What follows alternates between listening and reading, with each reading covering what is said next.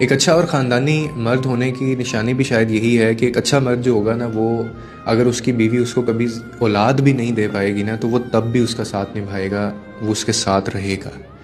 اور ایک جو خاندانی مرد نہیں ہوگا، جو اچھا مرد نہیں ہوگا، اس کی بیوی اس کو اولادیں بھی دے دے، بیٹا بھی دے دے، بیٹی بھی دے دے، فیملی پوری ہو گئی ہے، اس کے علاوہ دنیا کی ہر خوشی دے دی ہے، خلوص بھی دیتی ہے، پیار بھی دیتی ہے، گھر والوں کا بھی خیال رکھتی ہے، اس کی سکون خوشی کا باعث بھی بنتی ہے، لیکن وہ مرد پھر بھی اس کی قدر نہ کر پائے، تو میں تو ایسی مرد کی قسمت کے اوپر پھر روتا ہوتا ہوں، کتنا بدقسمت ہے وہ شخص۔ محبت جو ہے نا، یہ ان چیزوں سے بہت بڑھ کے ہوتی ہے کہ آپ جب کسی سے شادی کرتے ہیں تو آپ اس کی اولاد نہ ہونے کے اوپر آپ اس رشتے کو ختم نہیں کر دیتے ہیں، یا آپ اس کو چھوڑ نہیں دیتے ہیں۔ رشتہ جو ہوتا ہے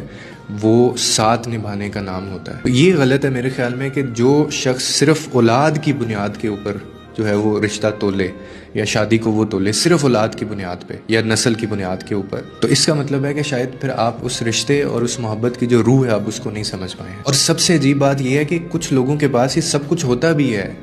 مطلب اولاد بھی ہے، مال بھی ہے، خوشی بھی ہے، سکون بھی ہے، لیکن اس کے باوجود وہ رشتے کے اندر جو ہے وہ وفادار نہیں رہ پاتے، وہ چھوڑ دیتے ہیں یا وہ کہیں اور لگ جاتے ہیں۔ تو